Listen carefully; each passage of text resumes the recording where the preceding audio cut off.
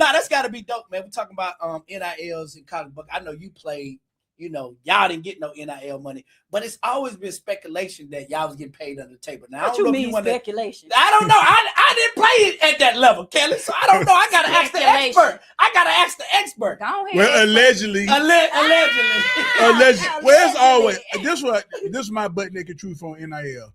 All it did was give all these alumni a chance to say, "Hey, I'm gonna pay you openly." And they can't do nothing about it. That's right, because it's a collective. It's a collective, school, right? And that's the alumni. Because NIL is supposed to be name, image, and likeness. Right. That's what it stands for. I hadn't seen one college kid selling nothing. They're just putting the money. You go to Texas, University of Texas, but everybody know if you talk to college coaches now, they won't even recruit a kid if Texas is one of the kids' favorite because they can't compete with the money. Yeah. You got guys out of Texas, kids out of University of Texas driving Lamborghinis at 17 and 18 years old. They got it as part of the collective. You know what I mean? So how can you compete with that? Now, back in our day, I'll be telling you a well-dressed lie if I told you some people weren't getting paid in college. Right. But that paid compared to what this paid is different. Oh, different. This tip money they gave us back in the day, they getting the whole bill. But you knew it. If you got money enough to get you 2 or 3 pair of new tennis shoes or a leather coat when it got cold, or back then it was starters. If you had a little name brand, everybody said, "Oh, that guy that getting paid." Or you had, like I did, had leather furniture in my apartment when I was at, that guy might be getting paid. Yeah. But now you can't tell. I went to Clemson to do a football camp, and these guys were pulling up in. I'm trying to tell you. They got it, baby. Lamborghini trucks. Lamborghinis. Maybachs. Maybach, yeah. No, at 18, 17 years old. And I totally disagree with that. But like Larry said, sometimes as a parent, you can't control them when they're getting their own money. Yes. But Lord, guys, if you're listening, the young ones that's watching, invest your money. Exactly. Let me tell you, that stock market, no matter what, if it goes down a year, it's gonna come back up. It's gonna come back. Y'all gotta invest your money. And you think about having a couple $100,000 in college, what that can be 10, 15, 20 years from now. Then you think about the kind of cars and stuff you can buy in. This material stuff don't mean nothing. Because first of all, y'all ain't doing that but trying to impress the other dudes, because girls do not care like that. They gonna talk to you anyway. No. Y'all trying to impress each other with these cars and stuff. But no. Yeah, but the one thing about it, that if you were smart,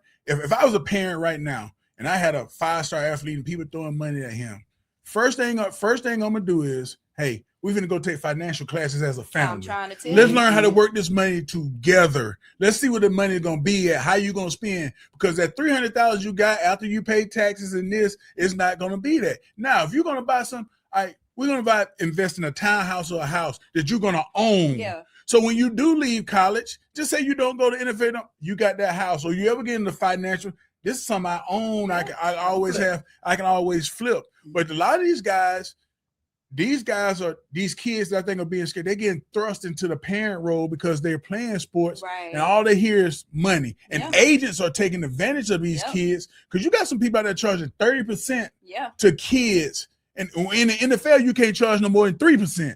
But you're charging a high school kid 30% because the parents don't see. All they see is, well, all right, we getting $500,000. 30% of it will be good. We'll spend the rest. And they're not paying attention to how long those contracts can go for. And a lot of that is with those NIL contracts. Yes. People are jumping into that world because it's easy to get a license to handle NIL stuff.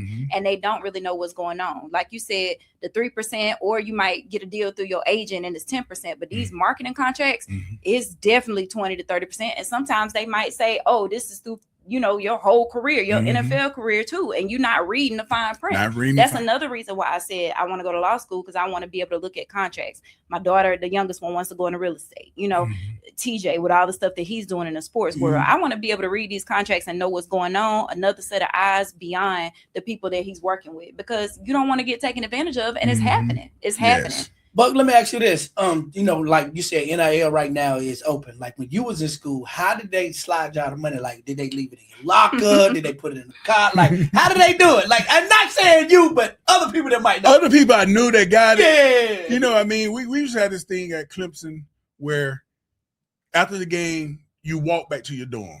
Okay. And we used to have these big travel bags. You just walk back to the dorm, people pat your bag, you get to your boom. You see what you got. or grandmama, or you go somewhere, you might find something allegedly. Yeah, allegedly. You might find a good old handshake, or you might get a job. You might get a job where, Larry, you're making $50 an hour, but you only got to clock in and clock out. So it was always ways to get it done, but it was so scary because they didn't want you. Because they know giving you money gave you power. And that's what we used to say as athletes. We're free labor. And they made you getting the education out of it. Yeah, but look at all the money you're getting. I think Warren Sapp said it, I'm in there playing, cheering, but I can't buy my own jersey when I walk down the street, but everybody else can buy it. That was Chris Webber.